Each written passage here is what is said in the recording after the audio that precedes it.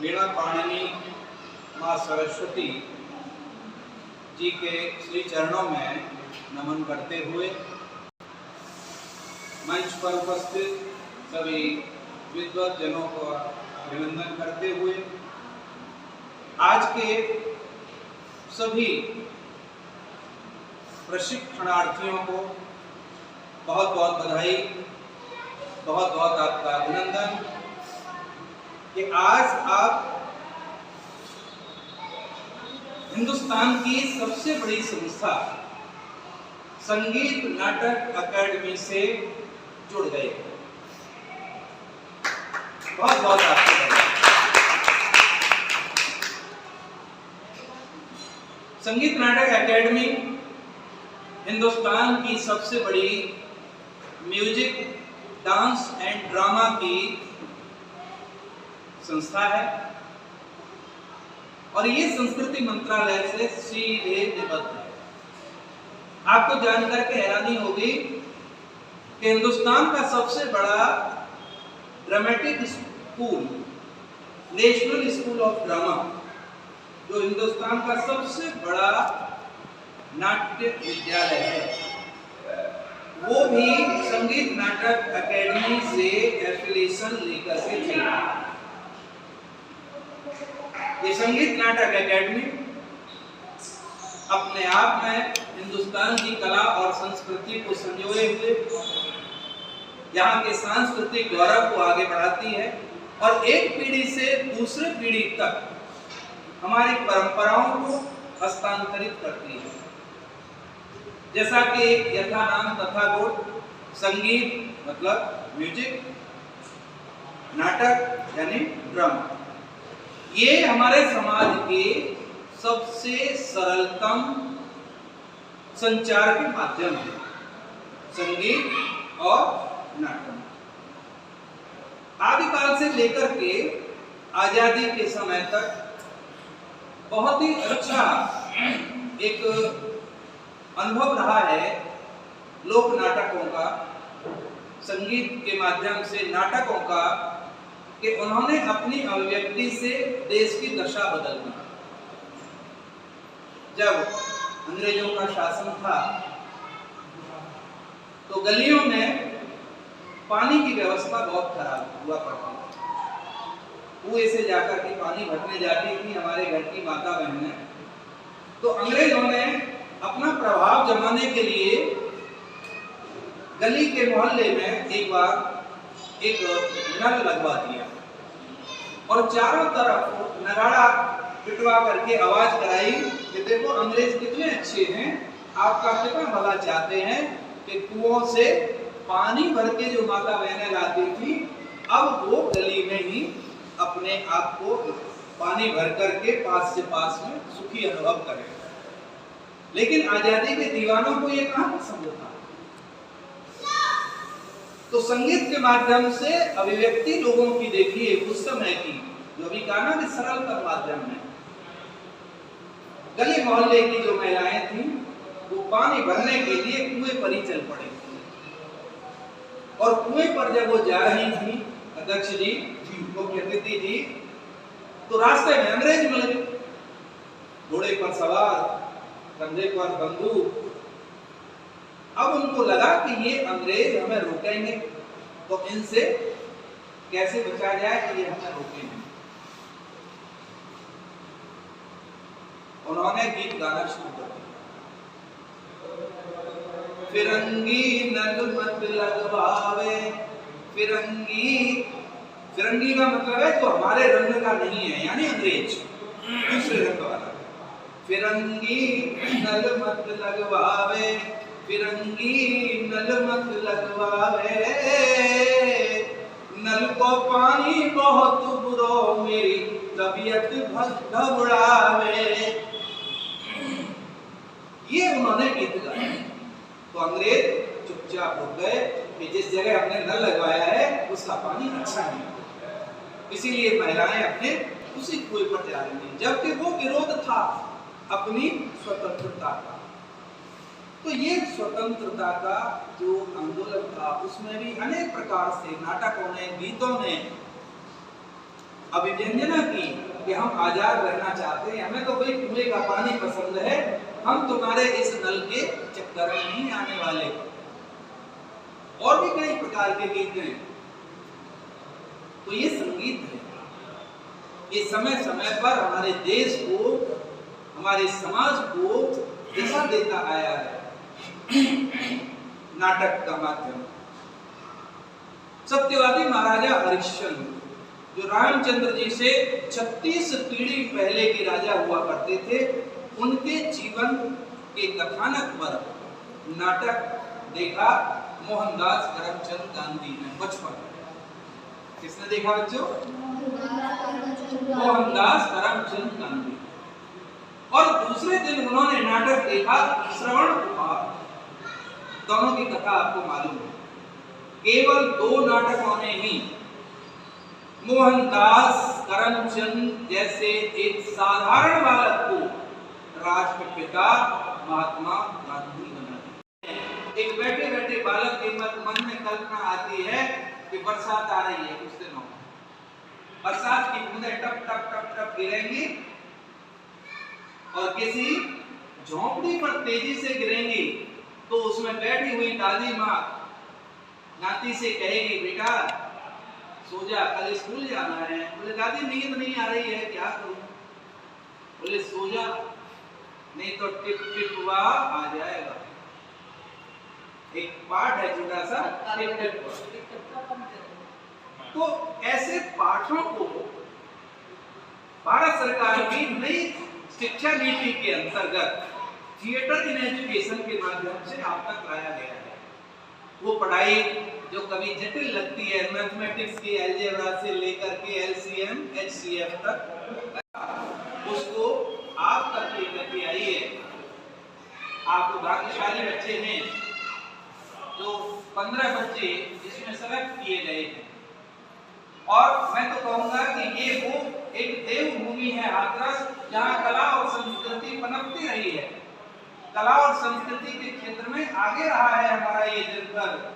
और आज भी संस्कृति मंत्री जयवीर सिंह जी का फोटो लगा हुआ है हाथरस के सेंट आर.एच. Public school.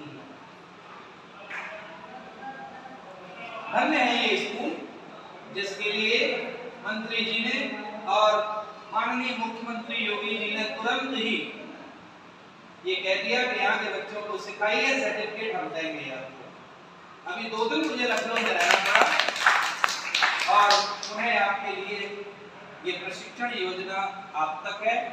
इसमें 15 दिन का एक सिलेबस आपको दिया गया है। उस 15 दिन के सिलेबस को करने के बाद में अध्यक्ष जी इनको एक सर्टिफिकेट दिया जाएगा। हमारे वरिष्ठ पत्रकार यहाँ मौजूद हैं, आजाद जी। वो सर्टिफिकेट कल्चरल कोटे में जो डायरेक्ट भर्ती होती है, रेलवे में, पोस्ट ऑफिस में, एयरफोर्स में, आर्मी के नेवी और आर्मी डिवीजन में, जहाँ जहाँ कल्चरल कोटे की भर्ती होती है, वहाँ ये सर्टिफिकेट आपको डायरेक्ट मेरिट देगा, नंबर देगा सीधे। जो बच्चे एकेडमिक में 50 और 57 और 60% लाएंगे, आप इस सर्टिफिकेट को लगाते हुए 10 मार्क्स ले जाएंगे। 10 आप ले चुके हैं और 10 और ले जाएंगे तो कितने आपके हो गए? 70 हो गए। सिलेक्शन आपका कितना इजी हो गया। या आपको तरह तरह की चीजें सिखाई जाएंगी, एंकरिंग सिखाई जाएगी। एंकरिंग सिखाई जाएगी कि आपको किस तरह टीवी पर समाचार बोलना है, बोलते हैं ना समाचार, रेडियो पर किस तरह से बोलना है और किसी कार्यक्रम का संचालन कैसे करना है। और सबसे बड़ी बात तो इस ट्रेनिंग के जरिए सभी वेंचर्स हमारे जो मित्रजन हैं उनको मैं साक्षी मान करके आपको वादा करता हूं कि आपका व्यक्तित्व विकास होगा।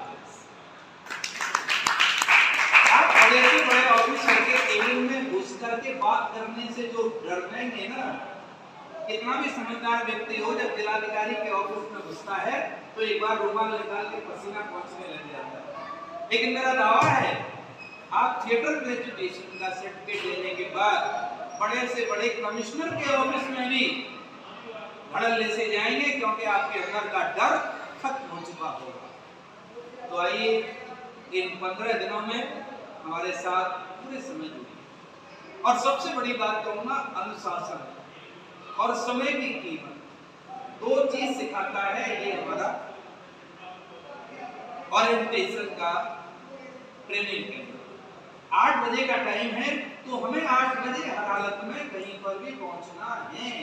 ये आपका व्यक्तित्व विकास है। अगर आपको कहीं ट्रेन से जाना है तो आपकी ट्रेन मिस नहीं होगी, ना आपकी फ्लाइट मिस होगी। ये व्यक्तित्व विकास है। आगे आने वाले समय में आप नौकरियों के लिए इंटरव्यू देने जाएंगे, घबराहट जो अंदर से होती है वो इससे व्यक्तित्व विकास से आपकी घबराहट खत्म हो जाती है। उद्देश्य आपके व्यक्तित्व का विकास करना है। संगीत के माध्यम से आपको एक उज्जवल भविष्य देना है। संगीत के माध्यम से नौकरियां तो मिलती ही हैं, साथ में ये जो संस्था है संगीत नाटक एकेडमी और राष्ट्रीय नाट्य विद्यालय, ये दोनों आपके अंदर एक ड्रामेटिक एक्शन की डेवलपमेंट करेंगे। आप टेलीविजन से जुड़ करके सीरियल में एज ए एक्टर काम कर सकते हैं, एज ए डायरेक्टर काम कर सकते हैं, एज ए कैमरामैन काम कर सकते हैं, एज ए मेकअप मैन काम कर सकते हैं, एज ए स्क्रिप्ट राइटर आप राइटर बन सकते हैं। ओटीटी प्लेटफॉर्म का जमाना आ गया है। सिनेमा टेलीविजन छोटे पड़ गए हैं, ओटीटी सीरीज बन रही हैं। उनमें आप अगर एक सीरीज भी बना लेते हैं तो आप सोच नहीं सकते कितना कमाएंगे। इसीलिए मैं अपनी वाणी को विराम देते हुए आप सबको बधाई देता हूँ कि आप पूरी मन लगा टाइम से सब कुछ सीखें। आप सब लोगों का आभार जो आप बच्चों को आशीर्वाद यहाँ पर दे रहे हैं। संगीत नाटक एकेडमी की ओर से मैं आप सबका आभारी हूँ। और 5 तारीख को हमारा क्लोजिंग होगा, उसमें सभी को आमंत्रित करता हूँ। भारत माता की जय, भारत माता की जय। आने के लिए आप सभी बच्चों का हार्दिक अभिनंदन है और आप मन लगा के इस शक्ति को प्राप्त करो और आगे बढ़ो। सभी महानुभावों को प्रणाम करती हूँ और प्यारे प्यारे बच्चों दिल से आशीर्वाद देते हैं कि आप इतने अच्छे कार्य के लिए अपना योगदान दे रहे हैं। आप ये बात फैक्ट है कि हम पढ़ने से हमें किताबी ज्ञान नहीं आता है, लेकिन देखने से और करने से वो ज्ञान हम जरूर हासिल कर लेते हैं। और आप वो ऊंचाई छूने जा रहे हो जिसकी आप कल्पना भी नहीं कर सकते, क्योंकि सर ने बताया इस फील्ड में एक बार आप उतरने के बाद में आपको ऊंचाई छूने का रास्ता आसानी से मिल जाएगा और वही आप छुओगे। आज आपको थोड़ा एहसास हो रहा होगा कि हम आ रहे हैं, बोरियत महसूस हो रही है, लेकिन जब आप पढ़ने लगोगे, जब आप आगे बढ़ोगे तो आप इस दिन को याद करोगे और इस विद्यालय को भी याद करोगे कि हमने यहाँ पर अपनी शिक्षा प्राप्त की। ये विद्यालय वाकई बहुत लकी है कि जिसमें इतने प्रचार है। केशव शास्त्री जी जैसे विद्वान आकर के आप लोगों को प्रशिक्षण दे रहे हैं। मैं आप सभी का दिल से धन्यवाद करना चाहूँगी और प्यारे प्यारे बच्चों को शुभ आशीष देना चाहूँगी कि आप आगे बढ़ो, हम सभी आपके साथ हैं, बस आपको हिम्मत देनी है।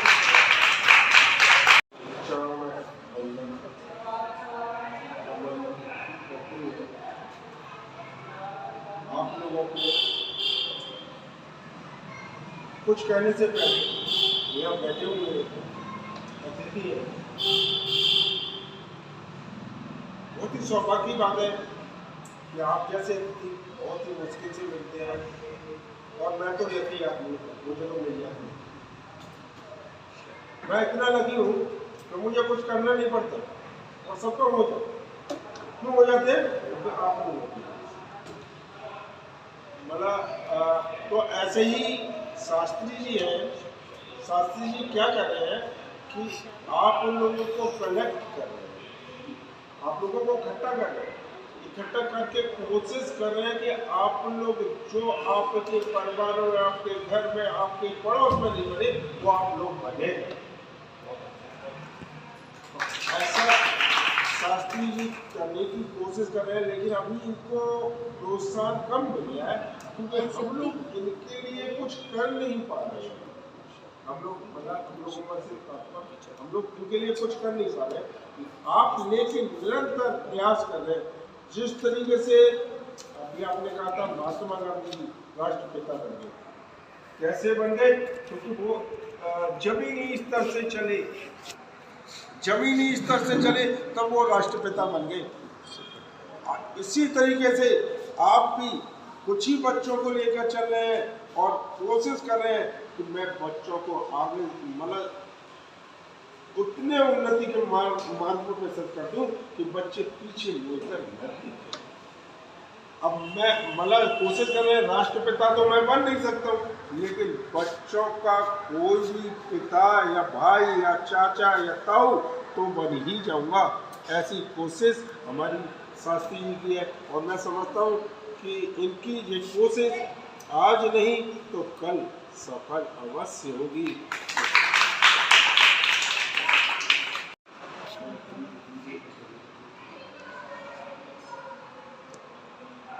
परम आदरणीय मंचासीन सभी विद्वतजन और उपस्थित बच्चों, आप सभी को इस नाट्य कार्यशाला में उपस्थित होने के लिए धन्यवाद और आपका बहुत बहुत स्वागत भी है। इस नाट्य संस्कृति से आप जुड़ रहे हैं, इससे हमारे क्या फ़ायदे हैं? हमारे जो फ़ायदे क्या हैं? एक तो तुम सभी का जो मानसिक विकास है वो होगा। अब मानसिक विकास में क्या होता है? तनाव की मुक्ति होती है। घर में बहुत सारे काम भी करने पड़ते हैं, वहाँ टेंशन दिमाग में रहती है। घर में रहोगे, बेटा ये काम करो वो काम करो, लेकिन जैसे ही तुम यहाँ पर आए, यहाँ एक खुल करके जीने का आपको क्या मिलता है? मौका मिलता है। अपने अंदर की जो फीलिंग्स है, बहुत सारे बच्चों के मन में हो सकता है कुछ चल रहा हो अभी, और लेकिन इस नाट्य कला के माध्यम से अपनी फीलिंग्स को हम बाहर निकालते हैं। ये क्या है? एक रंगमंच है यहाँ पर, और रंगमंच में आपको क्या करना है? ये अपनी टीम वर्क भी करना है। टीम वर्क होगा, इसमें क्या होगा? व्यक्तिगत हमारा सुधार होगा, दूसरे के सामने तुम्हें काम होगा, हमारी जो संवाद की शैली है वो बेहतर हो जाएगी, और हमारा जो शारीरिक भाषा हो या मानसिक भाषा हो या हमारी आत्मविश्वास की वृद्धि हो, उसमें इन सब में क्या होगा? हमारा विकास होगा। ठीक है ना? इस तरीके से कुछ पंक्तियाँ हैं माध्यम से मैं बताऊँ। नाट्य कला के लिए 4 पंक्तियाँ बोलूँगी। खुद को तराशने का हुनर सीख रहे हैं हम, खुद को तराशने का हुनर सीख रहे हैं हम, रंगमंच पर जीने का सबक सीख रहे हैं। यहाँ मुखौटे उतरते हैं हकीकत दिखाने के लिए, यहाँ मुखौटे उतरते हैं हकीकत दिखाने के लिए, हम आए हैं यहाँ खुद को कार्यशाला में जमाने के लिए। आदरणीय डॉक्टर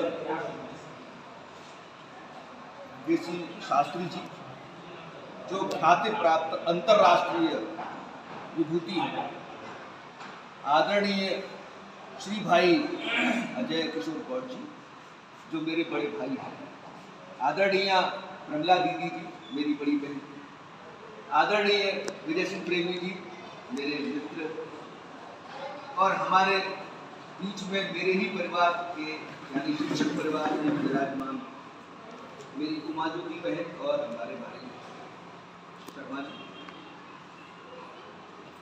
एक बड़े सौभाग्य की बात होती है, सबके नसीब में सब कुछ नहीं होता, लेकिन नसीब सिर्फ नसीब से नहीं बनता, वो कार्य से बनता है।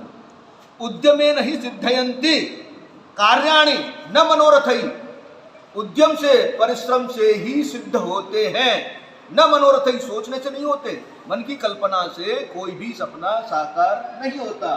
किससे साकार होता है वो? परिश्रम करने से। नहीं सुप्तस्य सिंहस्य प्रविशन्ति मुखे मृगा, सोते हुए शेर के मुंह में हिरन नहीं घुसता। अगर उसको शिकार करना है हिरन का, तो दौड़ लगानी पड़ेगी, और दौड़ नहीं लगानी, हिरन से तेज दौड़ना पड़ेगा। और केवल दौड़ने ही ताकत इतनी होगी कि वो हिरण को एक ही बार में दबोच ले, तब उसका पेट भरेगा, तब उसका पेट भरेगा। तो उद्योग में नहीं सिद्धेन कार्याणि न मनोरथ बात बोलता हूं। एक सीखने की उम्र नहीं होती। अभिमन्यु 6 महीने का बच्चा है, अपनी माँ की गर्भ में शायद उम्र दराज व्यक्ति जिन्होंने पीएचडी की उनकी उम्र 90 साल से ज्यादा थी। यानी 90 साल की उम्र में एक बंदा पढ़ाई कर रहा है, पीएचडी कर रहा है। 6 महीने की उम्र में एक बंदा धनुष बाण से कैसे हमें चक्रव्यूह वेदना ये सीख रहा है। अगर आप गूगल पे सर्च करेंगे तो एक 18 साल का बंदा डॉक्टर बन रहा है। 18 साल का बंदा डॉक्टर बन रहा है। अब कुछ और नाम ले लेता हूं। अगर आप गूगल पे सर्च करेंगे तो 12 साल का बंदा छत्रपति शिवाजी किला जीत रहा है। अगर आप गूगल पे सर्च करेंगे तो 12 साल के आद्य शंकराचार्य, 12 साल के आद्य शंकराचार्य अपनी माँ से कहते हैं, माँ देख मुझे मगरमच्छ ने पकड़ लिया, अगर तू भी सन्यासी की आज्ञा दे देगी तो ये मुझे छोड़ देगा। और वो 12 वर्ष की उम्र का बालक सन्यासी बनता है और वो मुश्किल से 37-38 साल की उम्र तक शायद ज्यादा से ज्यादा वो पूरा अपना काम कर जाते हैं और 4 धामों की स्थापना करते हैं।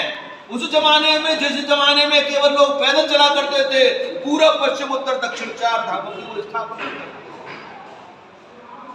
तो तब अग्निसी धधक धधक, अग्निसी धधक धधक, ज्योतिषी झलक झलक, ज्योतिषी चमक चमक, रुके न तू झुके न तू, धनुष उठा प्रहार कर तू सबसे पहला वार कर, धनुष उठा प्रहार कर तू सबसे पहला वार कर। डॉक्टर हरिवंश राय बच्चन, उनकी ये पंक्तियां, 2 पंक्तियां अपनी बोलता हूं। पांव जमीन पर है, सर आसमान पर है। हमारा कद इतना बड़ा होना चाहिए, हमें इस बात की नहीं होनी चाहिए कि ये चेतन का बच्चा जा रहा है, पुनीत जा रहा है। हमें इस बात की लगन होनी चाहिए कि मैं पुनीत हूं, मेरे नाम से मेरी पहचान है। तो पहचान जो होती है वो व्यक्ति के अपने परिश्रम से बनती है कि पांव जमीन पर है, सर आसमान पर है और आदमी हौसलों की उड़ान पर है। आदमी हौसलों की उड़ान पर। भारत माता की जय। अजय गौड़ जी, कमला गौड़ जी और उपस्थित बच्चे, आज बड़े हर्ष का विषय है। इस कार्यक्रम में अजय गौड़ जी से भाग लेने का सौभाग्य प्राप्त हुआ। मैं कहीं जा रहा था, रास्ते में फोन आया, आपको आना है, अपने को दिखाने जाना तो पूरे देश में घूम घूम कर अपने पंथ का प्रचार किया और आज उनके पूरे देश में लाखों की संख्या में शिष्य हैं। 1049 आश्रम हैं और भी ऐसी कई चीजें हैं जो हाथरस के नाम को रोशन करते हैं। लेकिन वैज्ञानिक युग, मशीनी युग और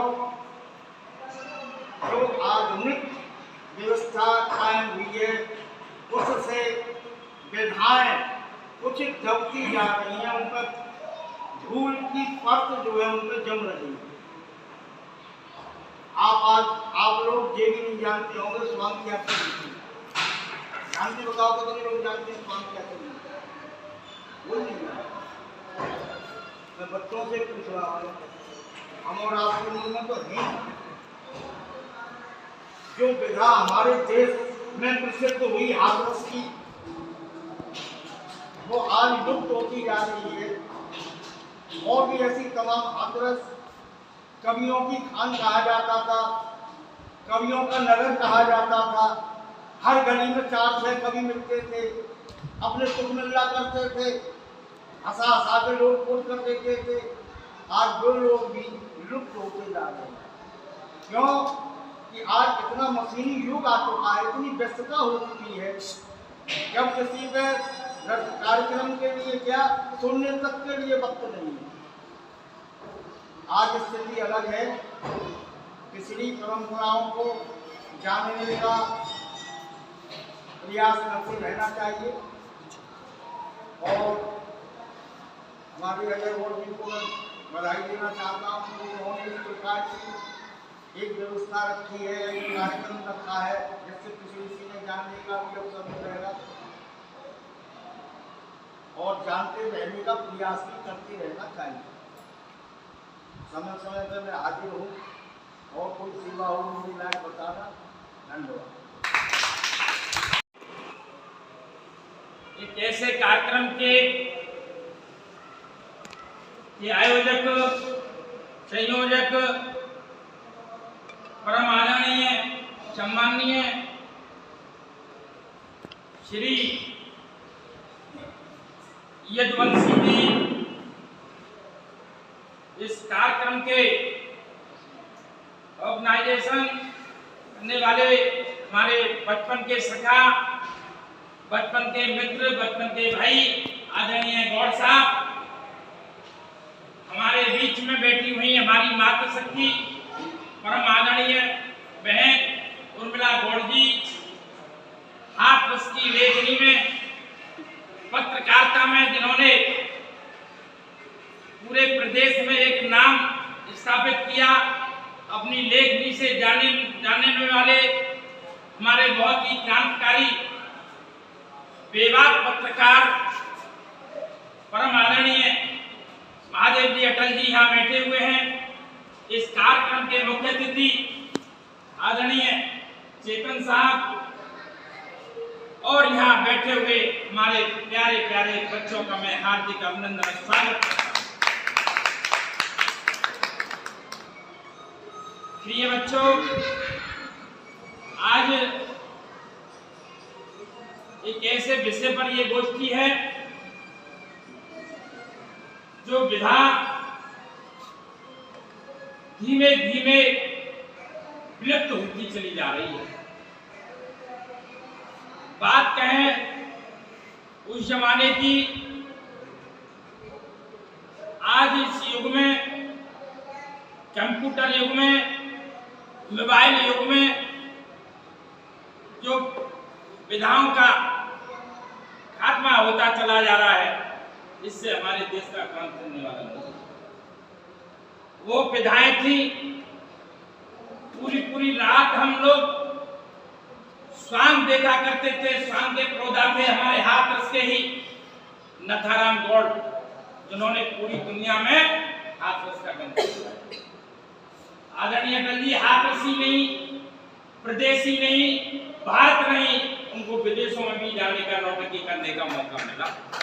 हाथरस का नाम उन्होंने, बड़े बड़े कलाकार पैदा हुए। महिलाओं के रूप में मैं कहूं तो वो कृष्णा कुमारी थी, जिनका जो है पूरे भारत में नाम।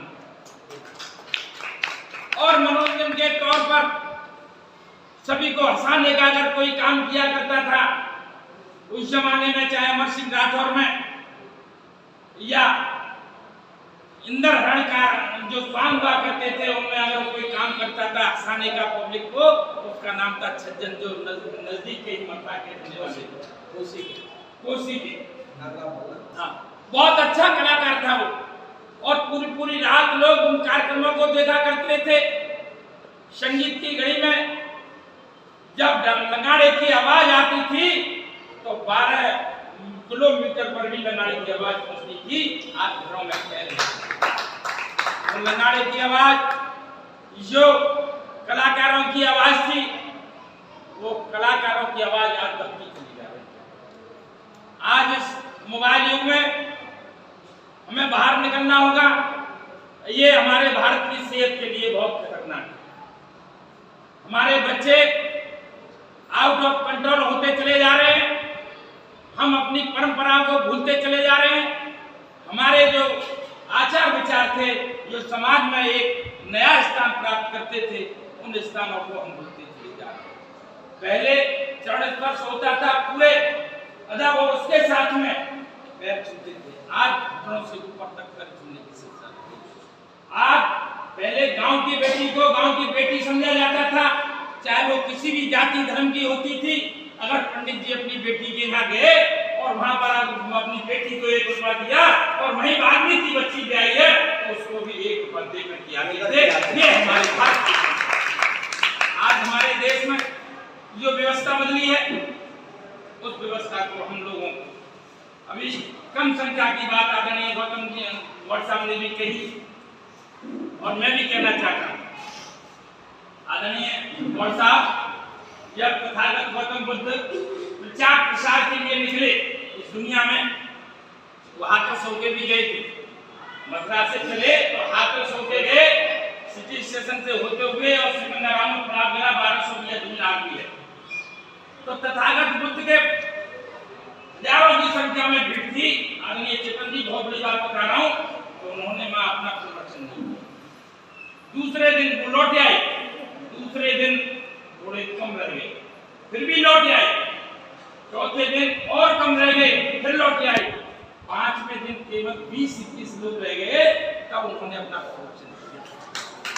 और संरक्षण देने के बाद शिष्यों ने कहा, राहुल शंकरानंद जो ब्राह्मण समाज के बहुत बिच्छू बहुत बड़े हुए इस दुनिया में, शंकरानंद ने कहा ये साहब आपने इतनी बड़ी संख्या में भीड़ में आपने अपने प्रवचन नहीं दिए।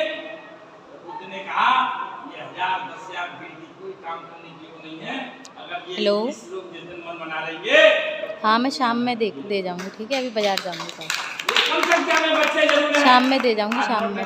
जो पुरानी विधा है अमर सिंह राठौर हेलो, या ऑनलाइन मेरे अकाउंट में कम पड़े हैं यार, सिया पोस्ट जैसे नाटकों में अगर ये बच्चे पुरानी प्रथा अभी बता दूंगी शाम में, ठीक है। हमारे समाज की दिशा को सही बदल जाए। साथियों, मैं आपसे कहना चाहता हूँ कि आप कम संख्या में हैं, ये अपने को कम मत समझिए। एक ही व्यक्ति होता है जिले में जिलाधिकारी जो 20 लाख के मुख्यमंत्री भारत में एक ही होता है। आपको इतने लोग, तो मैं आप सब लोगों का इस मौके पर आप सब लोगों को बहुत बहुत बधाई अभिनंदन करता हूं, आपका स्वागत करता हूं और आदरणीय यशवंत सिंह जी का मैं बहुत बहुत आभार प्रकट करता हूं कि आप मुझे समय समय पर याद करते हैं। आप हर समय पर आप अपने प्रधान में लगे हुए हैं और मैं पूर्ण विश्वास के साथ कहता हूं कि आपका कार्य विफल नहीं जाएगा, ये कुछ भारत में नई क्रांति लाएगा। मैं आपको बहुत बहुत बधाई ऐसा प्यार देती हूँ कि आप सभी यहाँ पर आए और इस कला को आप मन से सीख रहे हैं। शेर अकेला होता है और वो पूरे जंगल में अकेला ही सो जाता है। आप बहुत अच्छा कर रहे हैं। ये बात सही है कि एक राष्ट्रपति पूरे देश को चलाता है, एक प्रधानमंत्री पूरे देश को चला रहा है, मुख्यमंत्री भी एक ही होता है। आप इतने सारे हो, आप बहुत कुछ कर सकते हो। यहाँ पर आप अपना कीमती समय दे रहे हो, आपका समय कभी वेस्ट नहीं जाएगा। आप एक चिंगारी करोगे तो सबको धधकते हुए नजर आओ। धन्यवाद सभी।